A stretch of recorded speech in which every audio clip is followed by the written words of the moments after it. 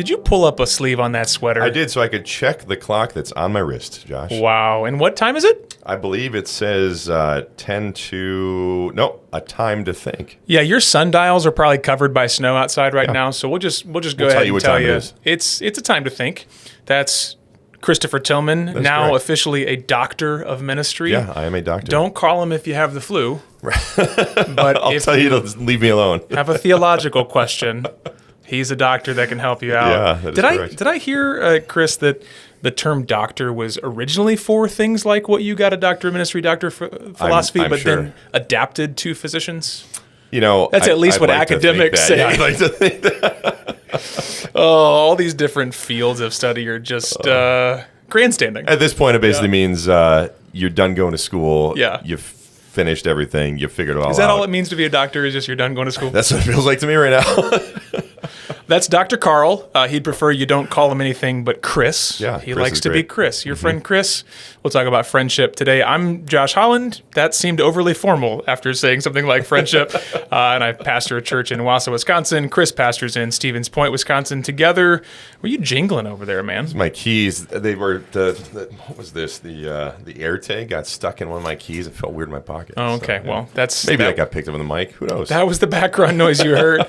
Together, we combined forces to have thoughtful, careful engagement with issues in the culture and the church. The first question I have for you today, Chris, is I want you to thoughtfully and carefully engage with this. What do you know about Nashville bachelorette culture? Bachelorette party culture. I mean, I spent a few years down there, with bachelorettes and everything. And I have no idea, I was Josh. like, whoa, where is this going? All I know, so I'll say that I have some limited understanding, obviously not personal experience. I don't think I've ever even been to Nashville. I think I've Knoxville. I've been But through you've Knoxville before. you've been with Nashville because you know Well, you I've and been me. with you. Yeah, exactly. So I think from what I understand, isn't Nashville like a bachelorette destination? I where think it's they'll take- become the... Yes. So Yeah. women who are kind of in their last hurrah before Yeah. marriage decide to, go down to Nashville, go up to Nashville, wherever you're at, and kind of do the Vegas thing. Yeah, from it's male a new perspective, yeah. Vegas, and the reason I bring it up is part of the culture is you people who probably have never owned a cowgirl hat or cowgirl boots or cowboy, all of a sudden fully donned in boots and a hat, Yeah. and I'll be honest, Chris, I feel a little bit like that these days because I got my first pair of cowboy boots for Christmas. Wow. And You weren't born with them in Nashville? I wasn't born with them. No, see, I'm one of the weird breed in Nashville that didn't have them, but my father-in-law wears them. My brother-in-law wears them. They're handsome-looking boots, and so my wife got me some, and I almost wore them to church yesterday, but I thought my friends might make fun of me for being a poser. Oh, I totally would have made fun of you. So I'm probably just gonna have to eat it and get made fun of for like 30 days. It's like me wearing blaze orange here in Wisconsin. It just Oh, doesn't yeah, work. yeah, you're not a hunter. It doesn't work. No. But I think eventually, it's a little change in style, but I'm excited to adapt my my style a little bit to these boots. Chris, did you have a bachelor party? I did. I had a unique, wonderful bachelor party. Why was it unique? So we played Nerf Dart Wars in the church building that I had attended. I was a young pup at the time, so the church leadership was gracious enough to open the building for I and my other friends in their early 20s to have these little Nerf darts that had elastic pullbacks on them. Oh, nice. And basically play paintball inside the church building with these little Nerf darts. So did that. I think we had we had some kind of ice cream, maybe some ice cream, and then went downtown sharing the gospel with people. You haven't changed, have you? Since your bachelor party. I mean, a Nerf war and ice cream. It would be Magic the Gathering, I think, these days, and ice cream. Yeah, it'd probably be that. I mean, depending how ambitious, it might be basketball now, just 'cause we got the gym. The basic point is you would play something and have ice cream. Yeah, there we go. Yeah, and then go share the gospel with non-Christian people. So. You shared the gospel on your bachelor party? Oh, yeah. How was that? We went downtown after we were done doing all this. Went down 11 o'clock or so, and the guys and I went down to the square and just talk to non-Christians like we do as a church now, and just share the gospel with people downtown. So you are so holy. Yeah. Dr. Holy. I had a kind of a bachelor party. I had two friends that were gracious enough to drive up from the south to spend a weekend up here. And did they have cowboy boots on? They did not. No, neither of these guys. One of them, actually, old boy might have boots, but he had like work boots. I mean, he worked on So a even a backer cowboy, farm. right, I mean, okay. he cut backer during the summers for money. But they came up here, and I'll give you this illustration from Is this that. when you went to jail? I scrubbed that from my record so I can get this job, Chris. No, never been to jail. No. On the record. Yeah. So I'll give you an illustration from this bachelor party that will it will drive us towards our discussion today on friendship. So I got these guys come up. One of them has known me since third grade, and one of them knew me pretty well in college. We spent just a ton of time doing broadcasting stuff together. So they come up from the South, and one of the first things they ask me is like, hey, are you like famous in town? Because at this time I was on TV. Yeah, you were. You had billboards and everything. That was awesome. And so they say, hey, are you like famous? I'm like, no, I'm not. And I think at that point, maybe I had been on the morning show for a year. Okay. And it was that weekend where I realized there were thresholds of people's familiarity with you, where it was like, for the first 6 months, people would see you in public and kind of cockeyed look. And, they were thinking, is that? I don't know, maybe. Right. And then after like the next 6 months, people would kind of look and point a little bit. Like they were confident. They knew. Yep. But it's like 6 months later, they start saying, hey, are you? It's you. Right? Well, it just so happened that these buddies come up during that stage.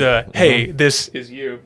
Hey, this is you. And so I won't forget it. Friday night, we go to the Eagle's Nest restaurant in town. Okay. We're just getting some breakfast food for dinner. Sit at the You know what bar. the Eagle's Nest, a technical name for an Eagle's Nest is, Josh? No. An Airy. Anyways, keep Maybe going. they know that. I don't know. Maybe. I just know they had good skillets. Okay. And so we went there for food. We're sitting at the bar, and I get up to go to the bathroom, and someone goes, are you Josh Holland from the news? And I was like, yeah. I talked to him a little bit. Go to the bathroom, come back, and my friends were like, all right, hot shot. Like, you thought you weren't a big deal around here. And I was like, guys, that never happens.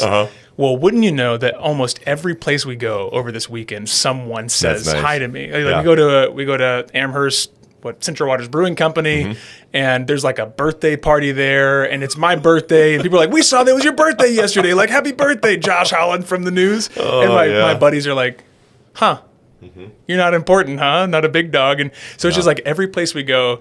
And so that became the running joke, is like, oh, you think you're big time. You try to tell us you weren't, you think you're big time. And this sticks out as an analogy for me, Chris, the difference between fame and friends, the difference between being known, like people know about you, versus being known by people who have like seen you do stupid stuff. In this one weekend, I had a bunch of people saying, I've seen your face. Like, I know your name. I mean, you're in my living room, but they don't really know anything about me. And then I had these two guys going, okay, big time. How long have you thought you were important? And so I just laugh to this day about that, because it strikes at this difference between someone knowing of you versus someone really knowing you. Absolutely. And that strikes at the heart of what we're going to talk about today.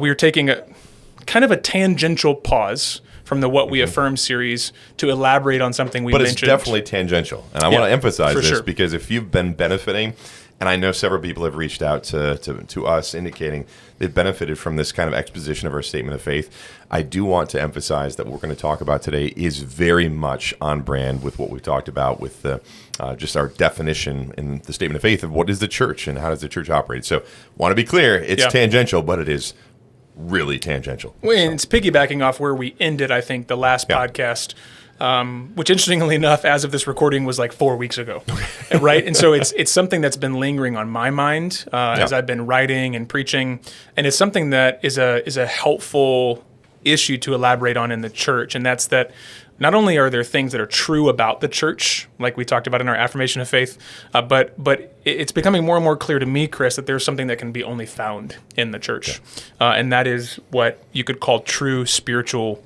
friendship. So just to give a little background on this, I've been writing a paper for a culture class, and the idea is to pick a topic so that you can see how you can elaborate on this topic and then use it as a means of gospel proclamation to the culture. Well, so my mind is piqued on the issue of friendship, because Dietrich Bonhoeffer says that Christianity is community found in and with Jesus Christ. So it's peaked because he defines Christianity, whereas I would typically say Christianity is belief in the Trinity. Christianity is this, that, or the other doctrinally. He says, no, Christianity by its nature is communal. It's in and with Jesus, which involves other people. Yeah. So I start reading and researching, and this led me down a number of polling data type things that I want to present as kind of the jump off point here, where we see how our culture really has an evaporating understanding of friendship.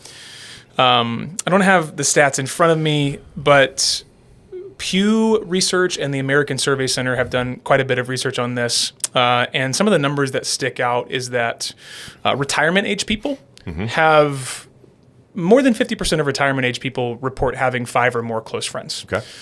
5 or 6 plus is a significant number, because when you get down to the 1 to 3 range, people report still being quite lonely with only 1 to 3 Makes sense. close friends. And so reports about life satisfaction tend to be greater if it's above 5, lesser if it's below 5. Sure. And so some of the data says that retirement age people still say, hey, I got 5 or more close friends, but in the last 30 years, people that are under the age of 50, instead of 50% or more, like retirement age people saying, yeah, I've got 5 or more close friends, people under the age of 50, it's about 33%, and decreasing as you get younger. So 40 to 50 is like 34%, but you get down to that under 30, and it's like 31% of people saying, I've got 5 or more close friends. And then what can be really troubling is you've got... And do you think, Josh, this could be overreported as well? What do you mean? As you're giving these statistics, I'm thinking, okay, if somebody is answering, sometimes these self-surveys people take, they'll probably project a little bit more favorably or optimistically about certain things and say like, yeah, I've got, 3, 4, 5 close friends. It's in church 2 to 3 times a month. Right. It's always over. Yeah, and the reality is that there are probably less than that. People might think that they have friends that just because they have, see them on a multiple, times a month basis, or they interact with them over social media, that they're closer than they actually are. Well, and that's going to be exaggerated by the fact that, so what we're going to call true friendship is spiritual friendship founded upon Christ, found within the Christian community, where you're at a soul level tied.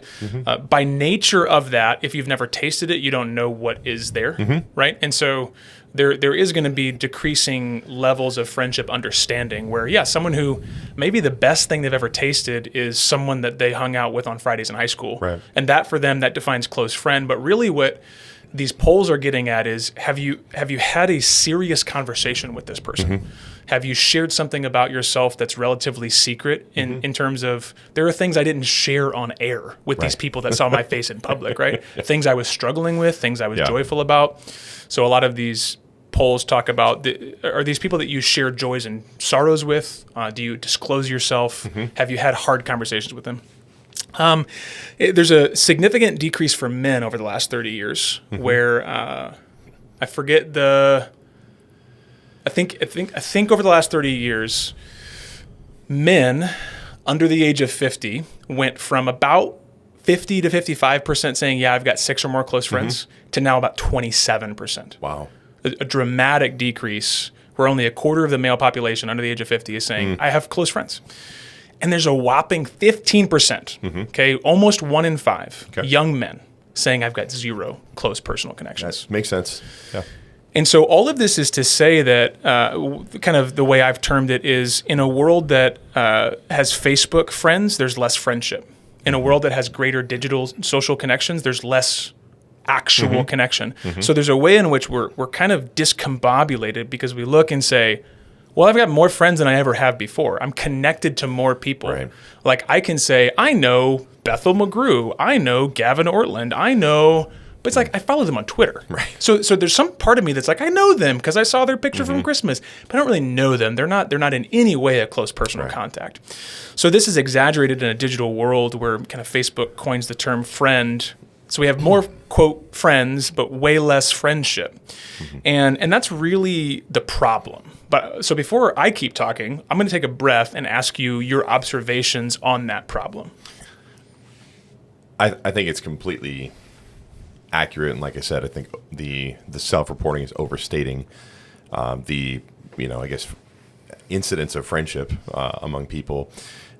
when I say, in Stephen's point, we have ministry to college students. That's the church's ministry, value what goes on with parachurch, but feel like the church needs a place on campus to provide a unique, perspective to students from grown adults, right? Right. And one of the things that I've seen, having been involved with campus ministry in my college years, basically, and then being with peers to now, is that that's a good 2 decades yes, of ministry exactly. to young adults. Exactly. And so over that time period, over this 20-year gap, you see a huge difference, because when I was in college, when I was involved in campus ministry just after college, the idea of a fraternal environment was very much it was part of the ethos of campus ministry, right? So if you're gonna serve within Cru, that's the organization I serve with, the idea of being connected with other men was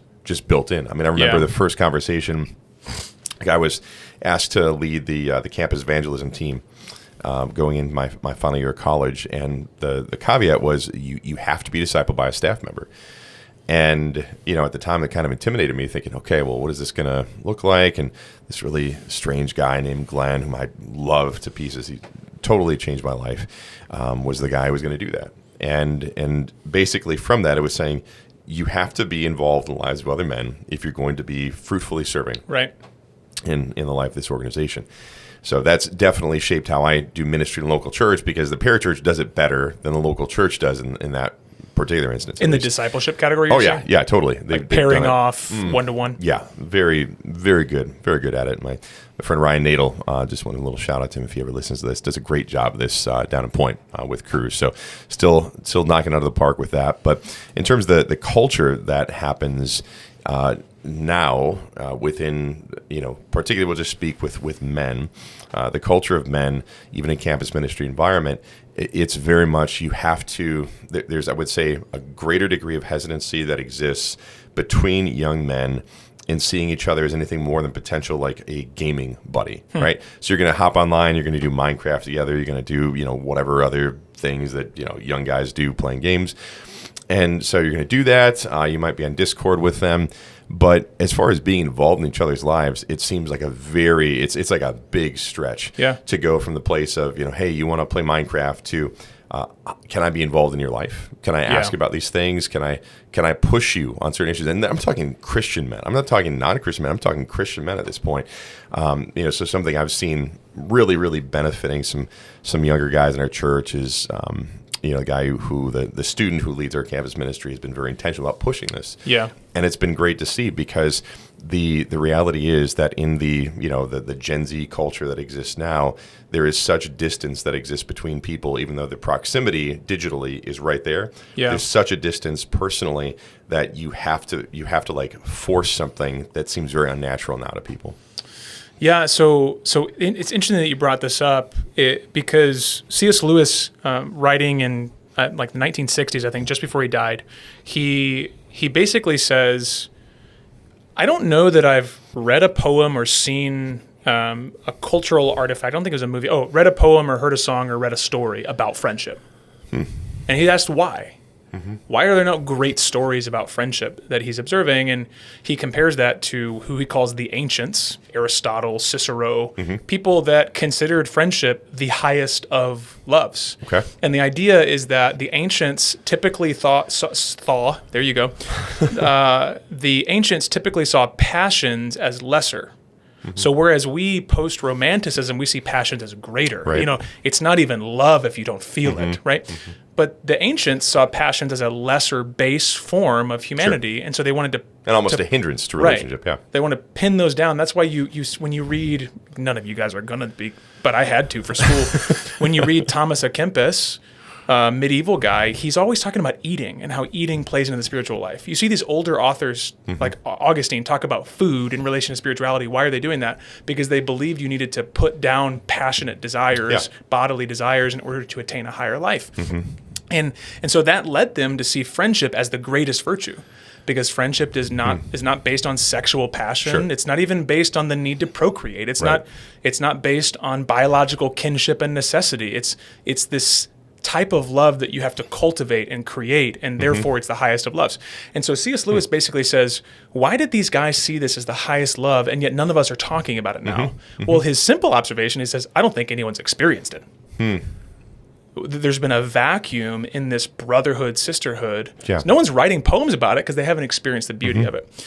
And so he, in his book, The Four Loves, he has an entire chapter on the love of friendship, which we kind of hinted at in our last podcast, the difference between companionship and friendship. But what you're saying, I think, tracks with that, is you've got a lot of young men who are probably experiencing this barrier. Like, how do I go from playing Minecraft to caring about this person? Right. But often cannot be shown that unless they're cared for. And you could map that onto young women as well. Like how do you show fruit for relationships that are not tinged with kind of the sinisterness of online community and judgment and, right. Unless you have a woman who has loved you well as a sister, right? Yeah. And so therein lies a responsibility of any of us who have experienced deep friendship to offer it to others, because as Lewis is saying, as you're observing, you can't love it if you haven't tasted it. Right. And so there's this vacuum that loneliness numbers are increasing, friendship numbers decreasing. There's this vacuum in friendship. Okay, I'm going to jump maybe out of the structure of my notes, and I just feel like I have 7 things to talk about. Okay. And so we're going to play the normal roles of, I'm going to throw something out, you're going to be a sounding Sounds board. good. Okay. We'll do it. Tell me about the culture in the Stevens Point Church. We've talked often about how you tend more relational than I do, how the culture in the Stevens Point Church has tended more relational. Not that the culture in Wausau is not familiar or loving, but some of the things you guys do. Tell me about what you see, why you wanted to cultivate certain aspects of relationality. Yeah, I mean, I do credit a lot of it to my time in campus ministry, because I saw, when you think Matthew 28, 18 through 20, right, the Great Commission, you have Jesus saying, go make disciples of all nations, right? So all authority in heaven and earth belongs to Jesus, and this authority in heaven and earth belongs to him in relationship in the Great Commission to the church making disciples, right? So he is telling us, here's the basis for you to go into the world. I'm with you, right? So just like he was with Moses, just like he was with Joshua, just like he was with Jacob, he is with his people to accomplish his purposes. So what is the purpose of the church? The purpose of the church is to make disciples. And so a disciple is somebody who learns, right? One who is taught, mathetes, one who is taught by Jesus. And if Bonhoeffer is right, which I do think he is right, when it comes to the nature of Christianity, is to say you're in this communally. Like, this is not just, and it's not, everybody gets together and knits their own clothes. It's not it. The communal nature of the church is found in the fact that we have a shared identity. And so the shared identity extends to things. This is why when it comes to things like giving, right? If you have to sell giving as a church like a business proposition, then you're missing the point of how giving operates, right? Like, you can use family language. Like, in the church, giving is not because you see and believe in the product. Correct. And you're not paying for a service. Like, you know what? I think I can understand why we need a bigger building. Let's pay more money for it, right? And there might be a need for that. Just like in a home, it's like, you guys have done the retaining wall, But it's the motivation. Right, the motivation. The motivation is in your family, you had this thing that was kind of collapsing in the backyard. You got to get this wall built, right? Yeah. And it wasn't because Morgan is like, hey Josh, let's get this thing built because I think I'm going to enjoy the home better. I need to have this. We need to do this, right? It's for our family, our family's safety. We need to do this. And so when it comes to like spending, giving as a church, when it comes to just how we perceive things, a lot of times we will approach the nature of the church not as a disciple-making entity that is fundamentally concerned with making disciples who are then fellow brothers and sisters, co-heirs before the Lord. We're seeing it as, well, I like what this church offers me. I like what it provides. And maybe even it provides me with relationships. And I think that's... So if I'm tracking with you, relationships may be a byproduct of the thing that it's providing, but it's not the central thing. Or perhaps it's a selling point, right? I think that's another thing to be aware of. Sometimes a church can say, well, here's a selling point of the church is that, if you're here, you're going to have good relationships. Now, maybe that's true. Who knows?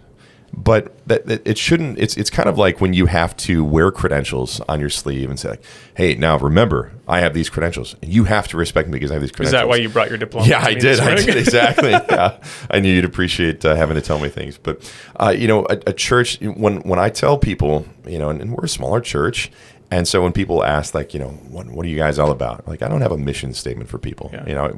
We can give mission statements, that's fine. But said, here are the things we're concerned with. We want to handle God's word faithfully. We want to love people well. That's it. That's because I think that's the nature of the church, right? So making disciples is a matter of handling God's word faithfully toward other people, right? So the things that you've been entrusted with, entrust to others, other faithful people who are able to entrust that to others as well. And then it's to love well.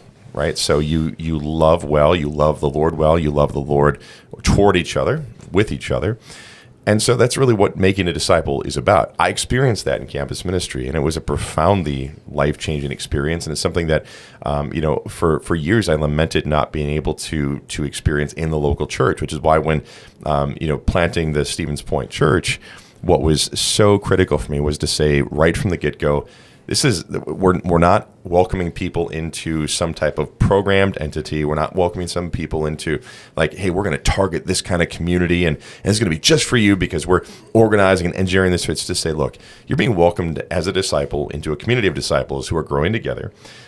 We want to handle God's word well. We want to love you well. And if that's what you're excited about, we're going to do that. And if that's not what you're excited about, if you want to make this your own thing, if you want to make this a matter of programs, if you want to look for things, amenities that you're just going to, I like this, then this is not the place for you to be. You got to get your head screwed on straight here because you have to understand what Jesus' call is for a Christian before you actually can line up and love the things that I think are important to the Lord. Yeah. You mentioned giving and the idea of kind of sharing in something together rather than buying a product. That sticks out to me because I was preaching on friendship rooted in kind of when Jesus says, I don't call you servants anymore, but I call you friends. Yeah. Why does he do that? Is it because these people went from servants to a peer relationship? It's like, well, no, that's clearly not part of the John 15 context because Jesus has just said, I'm the vine. Right. I am the Lord. Right. You're the branches. Okay. Difference between vine and branches. I give life. You need life. Right. Jesus is also going to say, you're my friends if you do what I tell you. I've tried, but I've never been able to say, Chris, you're my friend if you do what I tell you.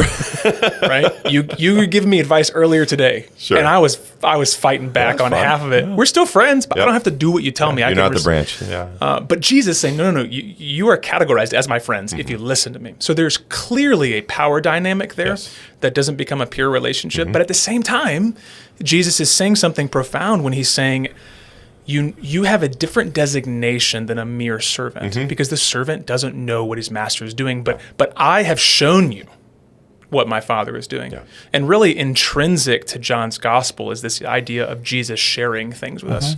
He comes from the Father's bosom and the Father's glory to shine that glory upon us so that we can see the glory of the invisible God. He shares that with us, right? He shares his Father's secrets. He says that no one knows the Father except for the Son and any whom the Son chooses to reveal him to.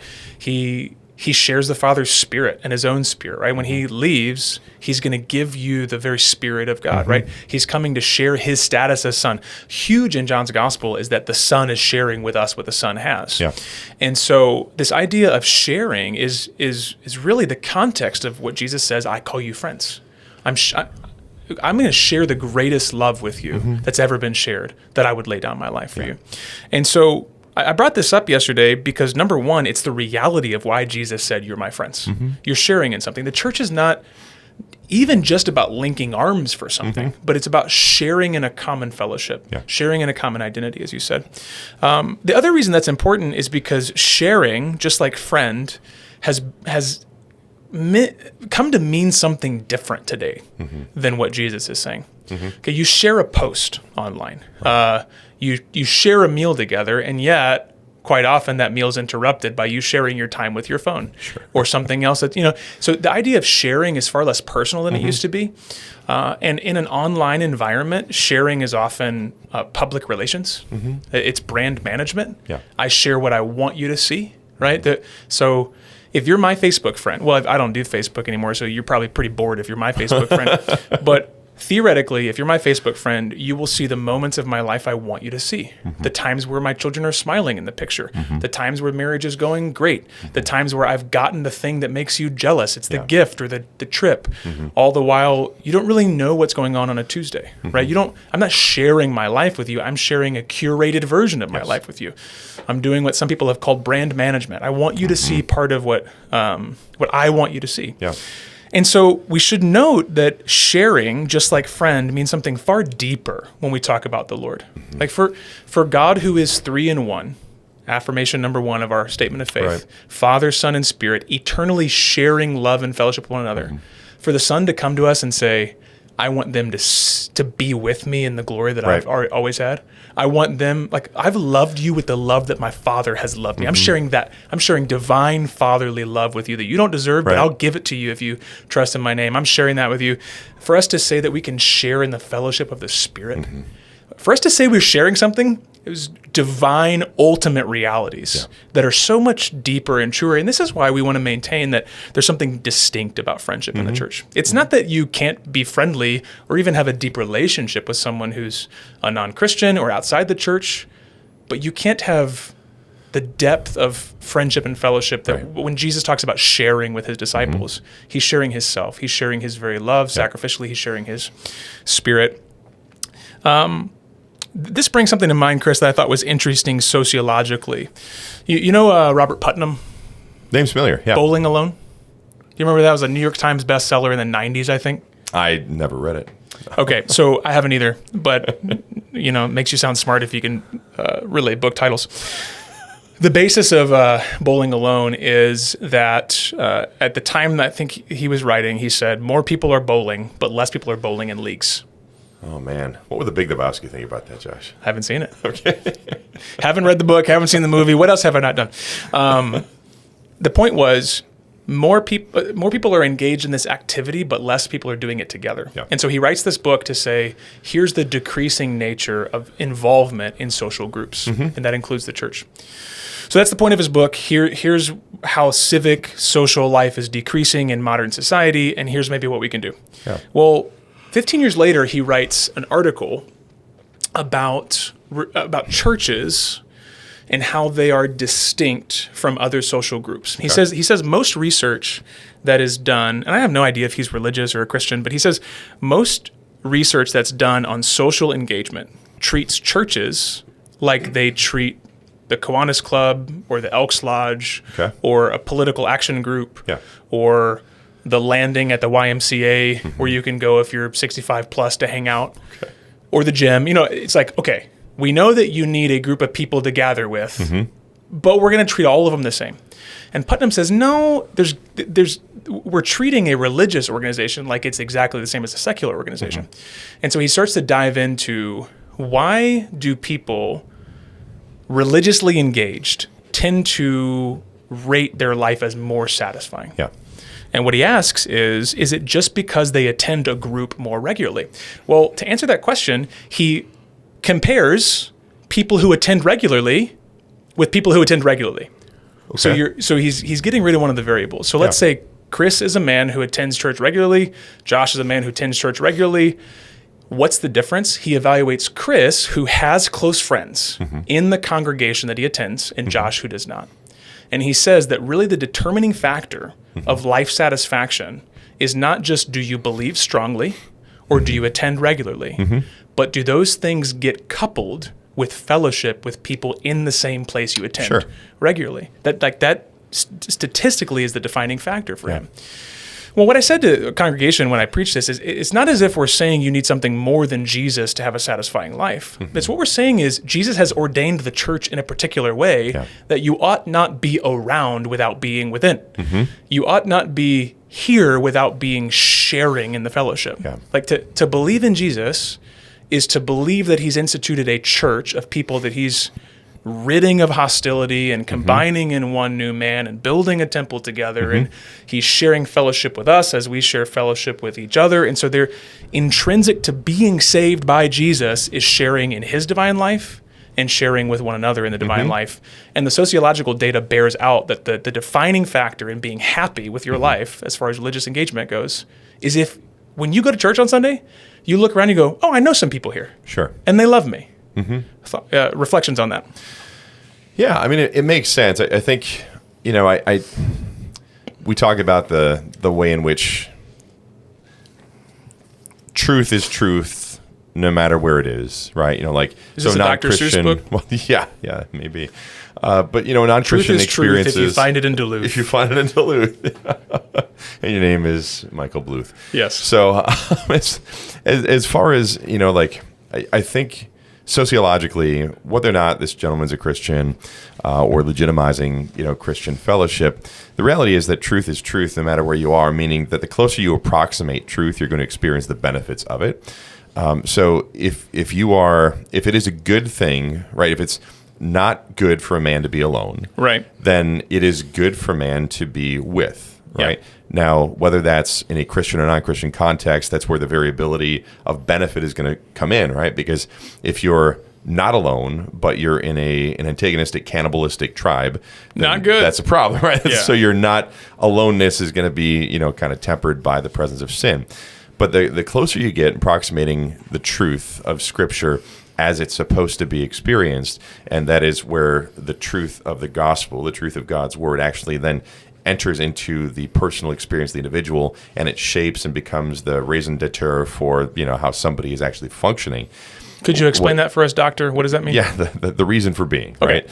And so the reason for why somebody is doing this, the closer it gets to that, the more you're going to experience the benefits that are attached to it. That's good. So I do want to just, I guess, say that if you're a Christian and you're thinking, oh yeah, but if the Jewish people and Buddhists, whatever, like, yeah, it makes sense that if you're going to be around other people who have shared values, you'll feel like you're having a more fulfilling life. But what we want to get to ultimately is the why does this matter, right? This is not simply an issue of, people find close friendships, and they find close friendships with people who share the same beliefs. Therefore, right. You're going to find that wherever you go, right? So let's say you have a group of people, and but in that case, the same beliefs tends to be more like conservative values or right. something more broadly right. speaking than I believe in the only begotten Son exactly. of God necessary for salvation. Exactly. And that's where this idea of spiritual friendship sticks out, because even the guys that C.S. Lewis talks about, Aristotle, Cicero, etc.,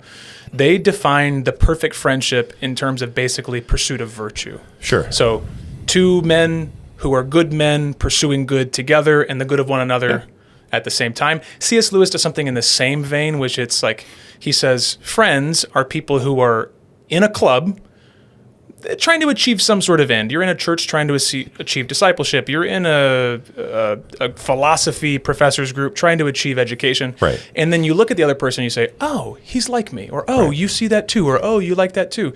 Yeah. But for Lewis still, that's an object of beauty or truth that's somewhat ill-defined. Mm-hmm. It could be a literary truth. It could be a beauty in creation. It's not specifically a spiritual reality. And so in all of those writers, the idea is that the perfect friendship is seeing some sort of good and pursuing it together. Yeah. The problem with that is if you're a Christian, the good that you see is not ill-defined. Right. The good you see is particularly defined. Right. And he has a name. And so we need to drill down on that, because part of, we'll see in just a second, part of being a friend is entrusting your soul to another. Mm-hmm. It's not even just pursuing virtue together, but it's a soul level trust loyalty that can only be had with someone who you can entrust your soul to. Correct. Right? First and foremost with Jesus. Mm-hmm. That's why our friendship with one another is based on our friendship with Jesus, because we can entrust our soul to the one who did not quench a burning wick or snuff us out when we were weak and wearied, right? He's a good friend, and he's been a good friend to us, and therefore we can trust the friendship we have with him and the friendship we have in the church. So I feel, do you have something else you wanted to say? Yeah, so I think with, when we try to really kind of get to the heart of this matter, the reason ultimately, and we'll get to our good friend, Dr. Frame, with the tri-perspectivalism, that we can approximate, but ultimately why we want to drill down on the truthfulness of Christian friendship and why it is uniquely fulfilling, why it is uniquely the experience that we were designed to occupy. Like, this is what friendship is. You look at these three different perspectives that you have, right? So you have the normative, the situational, the existential, these three different perspectives that we, can kind of categorize our thought processes in. And I think it's been helpful for me over the years. But we look at this concept of friendship. We think, okay, there's the existential perspective that somebody has where it's like, I really like this person. Yeah. Right? Now, if you simply have this, I really like this person, at some point, you're going to not really like that person. Yeah. Now, think about this in terms of erotic relationship, right? So you think whether it's, a hookup or marriage, generally, it could be a situation where you're like, I really like her. She's great. She's fantastic.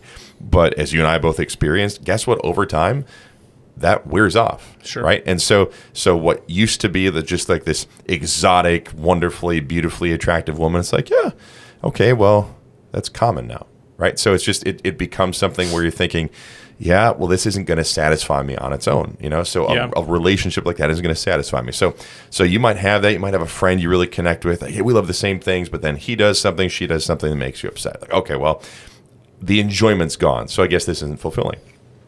You have situational where you might have the shared, experience of It's your high basketball. school friend. Yeah, You're in class you're in together. class together. You play I basketball remember together. my high school counselor saying, you'll be friends with less than 3 people from high school 10 years from now. Oh, yeah. And I was like, not me, not our friends. You don't know my friendships. Right. Well, 15 years later. Yeah, and I mean that's totally the case where you walk away from the situations, and I guess pun intended there. You walk away from situations thinking, yeah, you know what? I really enjoyed playing basketball with him. Really enjoyed playing basketball with her. Did this, did that together. But when that evaporates, so does the relationship. You're like, yeah, I guess I really like playing basketball, but I never really bothered to ask about life or anything. Yeah. And I didn't even really care about the person in terms of like, I didn't enjoy being around them. It's just, I like playing ball. Yeah. Right? I never moved past Minecraft in order to Right. get somewhere deeper. Right, exactly. And so then you have the normative perspective, which is the should and ought to. And so you think the normative perspective is, all right, I need to love these people. And so we see this in maybe like family relationships all the time. Where it's like, yeah, I got to love my family. It's good for me to love my family. So people experience this. But then, your family, it's, okay, well, my family, I don't really like them. I don't really enjoy them. And so I know I ought to. I know I should.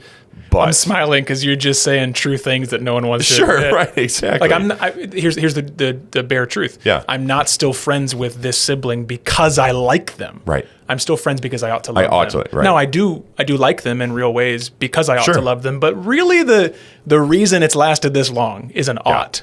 Yeah. And so when we think about Christian friendship, what's unique is that all three of those things get incorporated. And so you think, all right, what is the normative? Jesus said, love one another. Okay, so this is binding, but it's not just binding on me, it's binding on you. It's binding on all Christian people to say, you ought to love one another in the life of the church.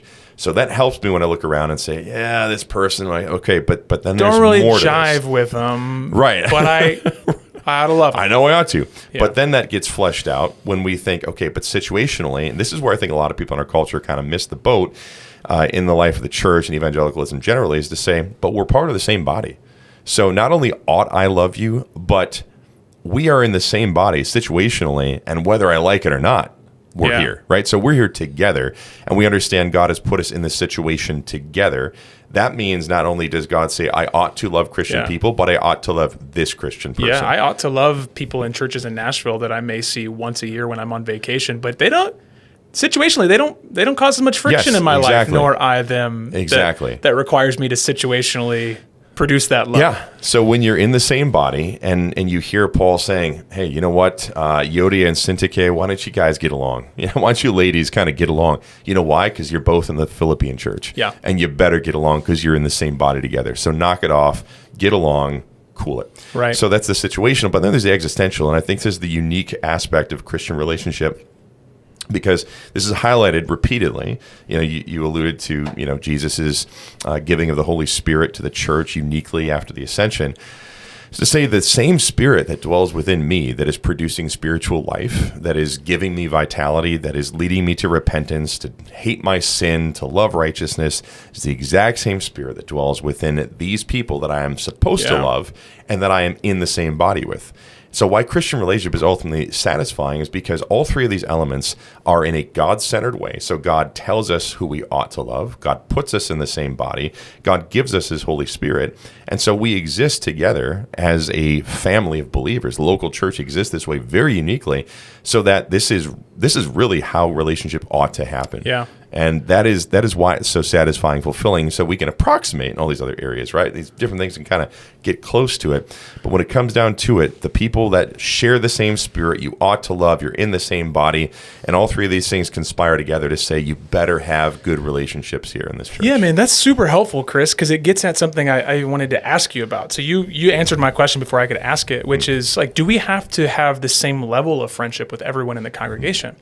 And the answer is no. Right. We need to love everyone, right? There's an ought with every relationship in the congregation. And this is where kind of Bonhoeffer is really helpful, where he says, in the Christian community, my love for Chris is not based on Chris's goodness, Chris's piety, Chris's pursuit of, and that's where some of these virtuous, like the Aristotle virtuous friendship, it's like my love for Chris is based on him being good and loving good. It's like, well, there's going to be some days. Right.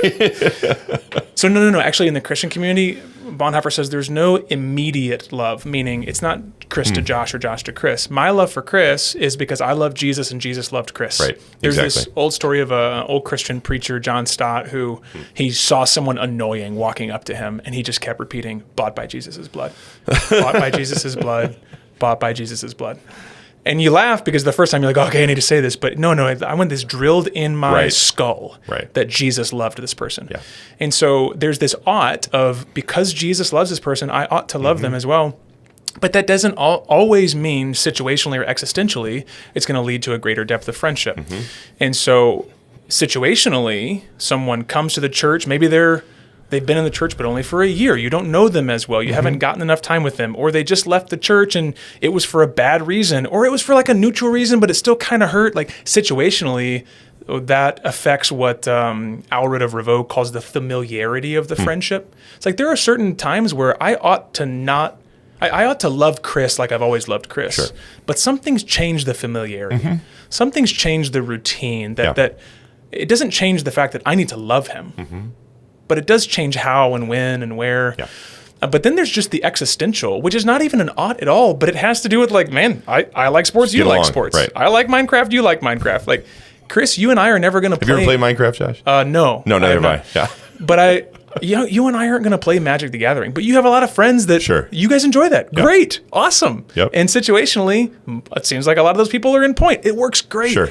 And so I think that type of threefold dynamic is helpful for us to say, we need to look around at our church with a posture that says, it is because Jesus has loved me, because I draw all the spiritual resources from the fountain of mercy and grace that is Jesus Christ, because he loved me when I was ugly, when I was a loser, when I was a sinner, because he dined with sinners so much that people said he's a drunk, and I'm one of them, because I loved this from one pastor's discussion of Jesus' friendship, where he just talks about how inefficient Jesus seems to be. He's got 3 years of ministry, and he keeps having dinner with losers. And you're like, there's hope for all of us. That's hope for me, right? You know, Jesus is a good friend when I'm a bad friend. When I neglect my friendship with Jesus, it doesn't decrease his friendship to me. How sweet is this friendship? And so having experienced this, I've got all these spiritual resources to love people that are not initiating love to me, to love people that aren't benefiting me, to love people who are a strain. Yeah. But I can also recognize that ought doesn't always lead to the pure joy of deep friendship. Like when it's like, okay, there's a person in my church who I ought to love, and I actually really like them right now, and we're in a great place, and this is rich. Yeah. So it's not to say that every friendship is the same, but it gives us these kind of mechanisms to say, we could say it this way, I need to have true fellowship with everyone in my church where I love them as Jesus loves them. But I'm not going to have pure friendship with everyone in the same way. So that's one way to think about it. We're going to keep going, dude, because I got more, and this is good. Here's another thing I want to talk about is the intentionality and risk required to have friends. Okay. So here's a story for you. Let's say 16 years ago on a train to Birmingham, Alabama, a young, insecure, friendless Josh is like trying to get friends. Okay. Totally hypothetical. Yeah. Let's call this Josh. Well, let's call him Josh. All right. Okay. Just because it's easy to remember. All right. So I'm a public school kid in a sea of private school kids. I'm an overweight kid in a sea of lacrosse players. I don't fit in here, but I'm loud and I'm getting people to laugh. So like I'm going to keep doing that. And so we're on this train and I'm trying to get people to laugh. I'm trying to make friends. And this quirky young lady walks up to me and says, Josh, why aren't we friends? And I was like, I don't know. I didn't have a reason. She goes, we should be friends. I was like, all right. And then she left and took a nap. You know this woman is Morgan. And can we call her Morgan? We can call her Morgan. So I'm married today in large part because someone took a risk to make a friend. I could have been mean. Like, I mean, she could have said, why aren't we friends? And I could have said, well, I'm not telling you, but I got my reasons. Sure. But there was something that happened in her where she desired me as a friend, thought it was possible, took a risk. She was intentional. And we have 2 kids now. Wow. I'm not saying every friendship should lead to that. but my point is, like, that was a big risk for her. As a 17-year-old, can you imagine the potential rejection of someone being like, buzz off, I don't want to be your friend? In high school, that would have been terribly I can't just painful. imagine. I know, yeah. And so I want to talk about the idea of intentionality and risk because I think, Chris, most people probably think something like this. It'd be really nice if people reached out to me more. Yeah. But then if you said, hey, could I check your phone logs to see how often you've reached out to others? Most of us would say, yeah, I don't want you to look at that. It's all incoming calls. Yeah. Because we tend to all want this, like, it would be nice if another person initiated. It would be nice if someone reached out to me. It would be nice if more people desired me as friends. Yeah. And why we want to start with the spiritual resources in Jesus is because it helps us have the resources to be the initiator. Right? Reflect on that a little bit as far as needing to initiate, be intentional, take risks to have friends. Yeah, it's not, very similar background, overweight, insecure teenage kid, wanted friends desperately, didn't have friends. Situationally, things happened for me that changed my senior year of high school. Great, wonderful, but those friends that I got during that time, again, situational and fun, get popular for a while, and then you lose them, and whatever. If I saw those guys today, cool, that's great. How you doing? Hope you're having a good time.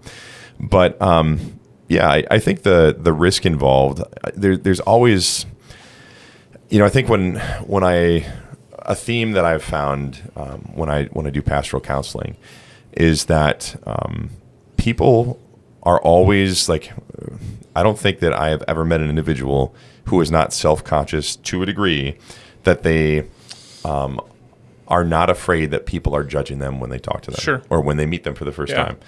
And so there's always this sense, and I when we've gone through like elder training with guys, and I remember we went through Bob Thune's book the first time. Yeah. And one of the things that is common, I think, I don't know there's any guy that we've ever talked to, and neither of us have ever experienced this, who when it comes to this, like, what's your fear as a leader?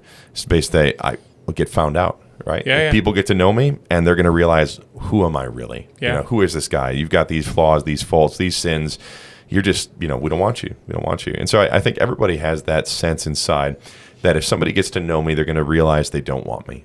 They don't want to be around me. They don't like me.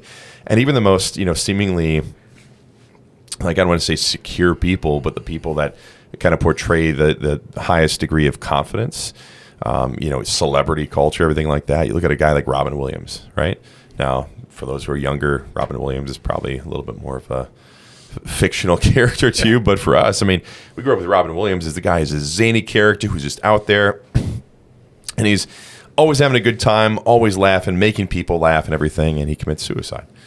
You think, well, how can Robin Williams, this guy who seems so confident, make so many people happy, commit suicide? It's because inside you have this guy who's just so insecure, feeling like, my life isn't worth it.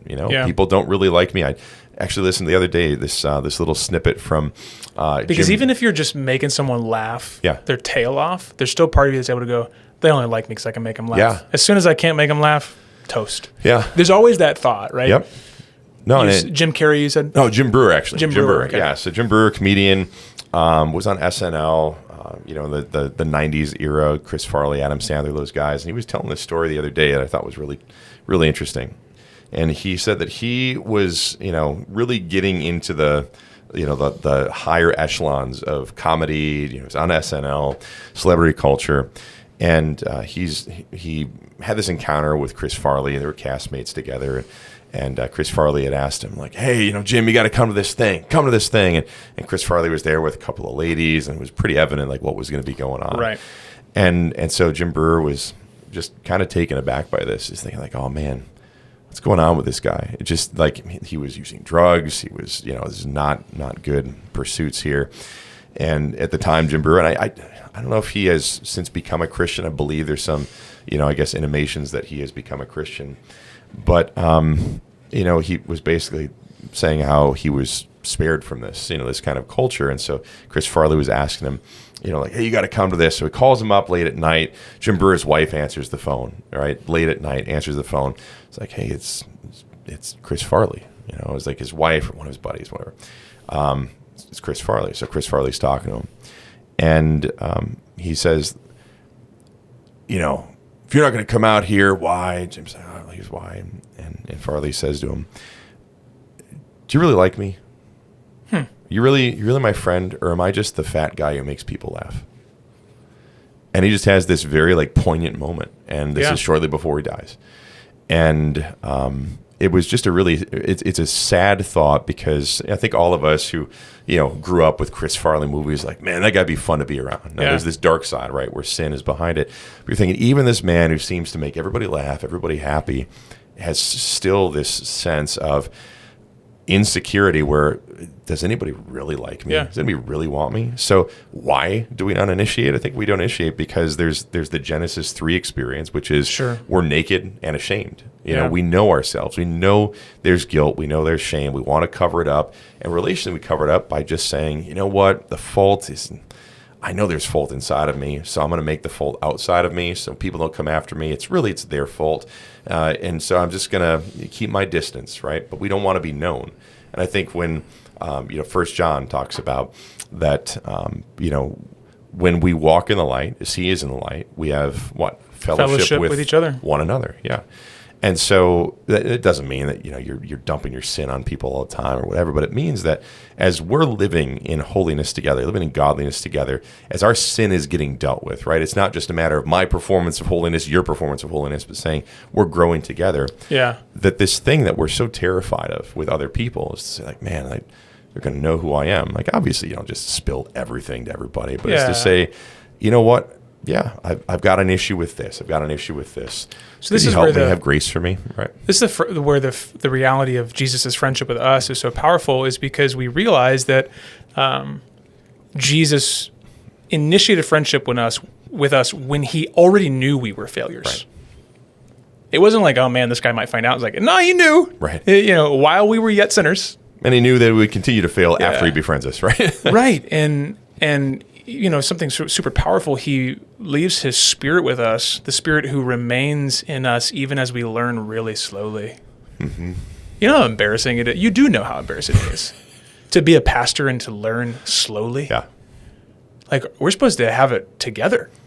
We're supposed to, at the very least, spiritual enlightenment happens. Oh, I need to learn that lesson. I learn it quickly because I got to preach on Sunday. Right. Yeah. To sit and say, man, I'm struggling with the same thing I did 5 years ago. Yep.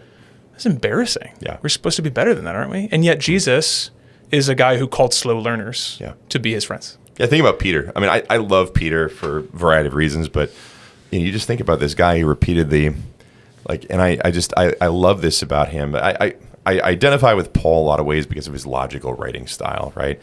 But there's something about Peter for me that I think is really special, because Peter would have been a nice church kid in some ways, right? Mm-hmm. This guy who's doing stuff, or he's married, he's doing his thing. And Peter says some things that I can totally see myself saying, where he's like, yeah, Jesus, I'm never gonna walk away. I'm never gonna whatever. And then you do this completely ridiculously stupid thing. Yeah. And Jesus is like, okay. Yeah. Like, I'm going to strengthen you so you can strengthen your brothers. Yeah, exactly. And so you could think about that dynamic of Jesus to Peter, Peter to his brothers, in the same way we think about friendship with Jesus, friendship with the church. His friendship strengthens us so we can strengthen others. Exactly. And the reality is, Chris, you and I are never going to get from each other, from our spouses, from any one person in the church, even from a collection of people in the church, what we can get from Jesus. Right. But what we can get is, having gotten everything that we need from Jesus, because he's all sufficient. He has life in himself. He can give us himself and his spirit. He gives eternal life, which is about quality of life, not just quantity of life. Once having gotten that, we can actually enjoy tangible embodied examples of his friendship, right? That's what's so special, man, about, I just reflected with some buddies after preaching on friendship. I texted a couple guys that, hey, I don't know if you know, but it was 10 years to the day, basically, that someone introduced me to you and you invited me over for pancakes. And it was just rich to say, man, we've seen a lot together. Yeah. I was single with hair at that time. It's 10 years, man. Yeah. And just to think about how like this slow cooking with brothers and sisters in the church, where I can look back and say, man, there's been some, and these are not people that are just like flattered with Josh Holland. Right. They've seen ugliness in me. I've had to repent. Like they've been frustrated. I've frustrated them. They frustrated me. And yet we're looking at this a decade later going, you're a good friend. Right. And I can remember the moment where it began. And so there's this richness of, I get all that I need from Jesus, but I'm not left alone even then. I'm given these tangible pictures in the church. And that should give us each hope. Like, what if God can use us to be a tangible picture of his friendly love toward other people? That in my grace toward this person, in my presence with this person, they might over the course of time say, man, you've been a little bit like Christ to me and how you've been my friend. Man, what a joyful thing that is. And what reason to push through challenging times as friends? Why would I maintain this friendship with so-and-so? Because Jesus doesn't bolt when I'm a frustrating friend. Right? Obviously, our relationship is different when I don't contact him, when I try to use him instead of enjoying him. Obviously, the relationship changes, but he doesn't bolt. He remains. He stays. He draws near. These are really important things. Another thing to note, Chris, and you'll be able to reflect on this because you've been pastoring Point for 10 years. I've been in Wausau for 10 years. We've seen lengths of time as far as how they affect relationships. The reality is, real friendship takes a lot of time. It doesn't get baked in 6 months. Or a lot of pressure. Okay, tell me more. Yeah. Say it takes a lot of time or it takes a lot of pressure. Meaning if you are forced to deal with somebody or forced to deal with a situation with somebody, that can kind of speed up that whole time requirement. Okay. So I will say as an example of that, going through COVID, right? Yeah. So, when you came on as interim pastor in Wausau during COVID, and that was something. It was the weirdest board game character I've ever played. It's like a 26-year-old pastoring during COVID. Yeah. That's your character. But, you think as we're going through this, Josh, we had to deal with things and learn things that were unique to that time. Yeah. And so that there are levels of trust that exist where even if I'm like, you know what, Josh is just being a jerk right now. I'm like, but I know him. Right? Like I've seen Josh go through stuff. We've gone through stuff together. And so I think it's not just the time piece, but I do think it's also the, being forced. And I think this is one of the reasons why suffering is such a significant part of the Christian life in community. Like, you suffer with one another, right? Those who weep, you weep with them. Those who rejoice, you rejoice with them because you're part of the same body and you got to deal with this stuff together. And I know at least with the elders in Stevens Point, the guys who are serving at this juncture, the majority of them have been there since that COVID period and had to deal with how do you handle the fact that you've got people who may not be coming or people who just won't even check out a church, and how do you work in that time? And they've been faithful through that. Man, that really does accelerate that kind of sense of I've been with you for a long time. Right. So if C.S. Lewis is saying that a friend is two people in a group that say, yeah, you see that too. It's not just that you see a beautiful thing. It's maybe you've experienced a thing, right.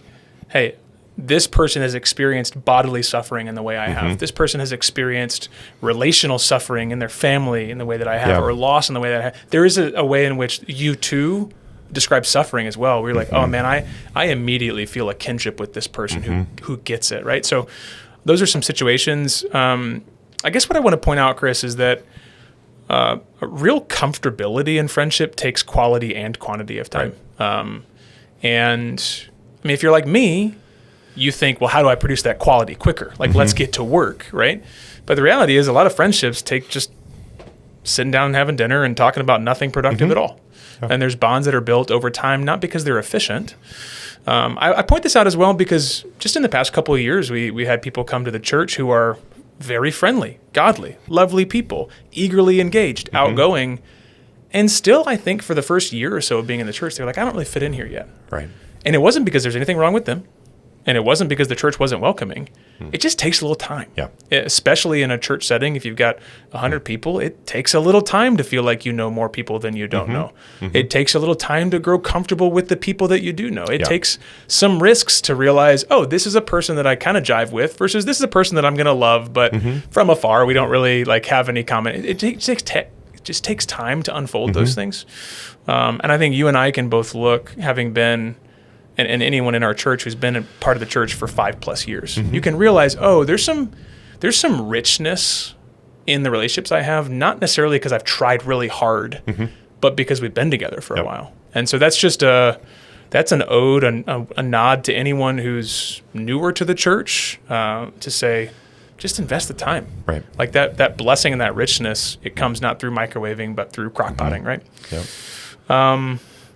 Last thing I want to say is, we mentioned some of the statistics about people being more satisfied with friendships than the more they have, right? And I don't think this means have 1,000 friendships and you'll be more satisfied. It means like if you got a dozen, you're going to be more satisfied than someone who has 2. Sure. I think part of that satisfaction, Chris, is that if you have 6 to 10 close friends, people you share your life with, you call them and you say, hey, I finished, I was just texting a buddy yesterday, like, hey, I'm almost finished with my degree. Yep. You know what it feels like, be happy for me. He didn't need to do anything other than say, you got it. Right. I'm sharing my life with him, or you're sharing your home with, you're sharing something about yourself with them. Joys, sorrows, resources. You got 10 of those. What I think it does is it reduces the pressure on any one of those. Yeah, and that's part sure. of why you're satisfied. For sure. You and I can be satisfied in a relationship because we're not the only friends we have. Right. Man, you and I'd be terrible friends with each other if we all, it's like... Well, it's codependency. That's what it creates, right? But we do that, I think we do that culturally sometimes with our marriages. Sure. Where it's like, because friendship has eroded, culturally speaking, the closest personal relationship you have is your spouse. And they then have to bear all of you. All your hopes, all your fears, all your dreams, and all even your... within the church. I mean, this is endemic within, kind of the whole, I benefit from that, but like the focus on the family, right? It's like, oh, it's you and your spouse, like almost like you and your spouse contra mundum. It's like you're against the world. Like, nope, it's not how it works. So let's say it this way. No one but Jesus can bear all of you. Exactly. Nor can you bear all of someone else. Right. And so when you think about friendships, those things actually, it's not that having 6 friends instead of 5 detracts from the 5 you have. It may actually be that it makes those 5 better because you've spread the needs that you have, basically, right? You've spread. All of us are pretty needy people. If I asked any one of you to give me the affirmation I need on a regular basis, you'd be crippled. I need to get that from Jesus, and then I need to know that I got a community of a number. I'm not going to say how many because. Yesterday, someone said, hey, I thought I was your only friend, but then you said you're friends with all these people, so I don't want to give you a number. Sure. I'm just kidding. They were being facetious. But if I am able to spread that neediness I have over a group of people who I know love me, it really doesn't bring all of the burden on my wife or on you or any one person. And so I think pursuing intentionally close friendships, for those who are married, it reduces the idolatry of marriage. But I think it also reduces the idolatry of marriage for those who are unmarried, right? Because you realize that marriage is a wonderful, true picture of not being alone, but it's not the only one. Right. And it's not the only fulfilling personal bond. There'd be no marriage in glory, right? I mean, that's we share everything at that point, right? The church is together, and your spouse is an important individual, obviously, but it's not the be-all. It's not the end-all, right?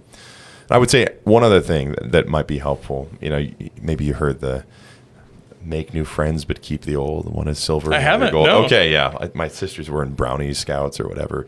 It's the pre-Girl Scouts, the Cub Scouts, the Boy Scouts. And that was a song that they had to learn. It's kind of, whatever. I think sometimes we have that attitude of, all right, well, my old friends are the ones that matter. My new friends, and I might be separate. I just want to encourage, this is something that I'm really jealous of, especially when Like our men's group is very important to me Tuesday nights. So if you're a guy in Stevens Point, you want genuine fellowship, you're not getting it right now, you're not in a local church that's really providing this, come Stevens Point, because we'd love to get to know you on Tuesday nights and Sunday mornings as well. But it's to say, like, I'm really jealous when I have new guys coming into life of the church of incorporating them with the guys who are there, right? Yeah. Because it's easy to see sometimes, like, okay, well, I am somebody who has a relationship with this person and this person. It's kind of like this line that follows one person to another person, and then it's disjointed because the next one is it's me to another person and me to another person. It's like a family tree. You're up top, and then you got these lines going down to all the kids. Exactly. And so I would say that the Christian relationship, especially if you are in the local church together, it's just this big jumbled up thing, right? It's like you should have a relationship with other people so that when you got a new guy coming in, I want him to know this person, and I want him to know this person. This is why, I love how the elders and Point that I regularly am around do this, because it's like Kevin will go after this guy, and then Stan will go after this guy, and Kyle will go after this guy, and when Johnny was another, he'd go after this guy. Like, this is what would happen, and guys just go after the same person, because not that they're all trying to hound somebody, but because they all want to know Stan them. is. It's true. Yeah, Stan does hound people. So Stan, thanks for hounding people in your own Stanley way. He's a loving basset hound. Just happy. Going after just everyone. Just ears flapping. Yes. But, I want them to do that because I want them to know the benefit of knowing Kevin. Yeah. Of knowing Kyle. Like, I want them to know these guys because they can't get it all from me, right? Yeah. Like, as the pastor, great. Like, I have this interesting role, it's a unique role in the life of the church as a teaching pastor. But then you got the other elders who are in the same level. We want spiritual authority and feedback and input. Go to these other guys too. It's not just me. And then I want them to know each other. I want them to have these good relationships. And then the cool thing is there's no jealousy, because sometimes you've experienced that's like, oh, you guys hung out with so-and-so and you didn't tell me about it. It's like, for me, it's like, My heart in a bad day is going, oh, that's the beginning of the end. Right. They're going to grow to like that person more than me. Exactly. But why is there no envy? Why there's no envy because like my goal is not for these people to know me as best as they can or me to know them. Like, yeah, cool, that's part of it, but you know each other. Like, that's why the church matters, because we're in this together. So I want developed, deepening friendships with everybody. So then I can be like, hey, you know what? So-and-so went to lunch with so-and-so. I mean, just yesterday, there was a dear brother who lost a grandfather. Another brother, kind of picked up on this, like, hey, let's take your family out to lunch. I'm not sitting there saying, why didn't you ask me out to lunch? Yeah. Why I had a bad day at such and such. Why didn't you ask me? It's like, you're thankful that Christian love is being shown between brothers. That's exactly right. And so there's no jealousy, because if we understand God's love is abundant. It's not like this reservoir and then the deficit is created when you lose it. God's love overflows because God as love creates. Yeah. And so Christian love is an overflow of sufficiency in Christ to say, I've got as much love as there are people around me, right? Because I'm drawing from the resources of Christ. So I don't have... And I understand personality styles are different. I'm definitely an extrovert, but I've got love for the church. And so if somebody is like, hey, Chris, I really need care right now, just ask me. Ask me for it. And I will gladly be a conduit of God's grace to you in whatever limited way I can as a human being. But man, the church is the place where we're going to draw these things from. And we do it recognizing there's eternity in the future. We're going to share this communally forever. And I love the idea that that the church is the closest we're going to get to heaven on earth, basically. So, yeah. Before we head out, one thing I ended my sermon with yesterday was just, can we agree that we have great privileges as Christians? Number one is the great privilege of knowing Jesus Christ as our friend. Right. Number two is that we should. And if you're someone who doesn't have this, then please contact us so that we can be good pastors and connect you more relationally, or understand why you feel rejected as a friend, you don't have friends. I think by and large, most people in our church would fit the data that says 5 or more close friends, which means we should say, what an overwhelming privilege that Jesus has not only saved me from my sins, but saved me into a place where I have not experienced the loneliness of the current culture, right? Yeah. Of all the things you can knock the church for, and the church is like a spouse. I mean, if you want to hammer on the bad stuff that annoys you, you can fixate on it. Yeah. Of all the things that we fixate on that frustrate us, we should step back and say, what a privilege it is to be saved by Jesus and to be saved into a community of friendship and fellowship.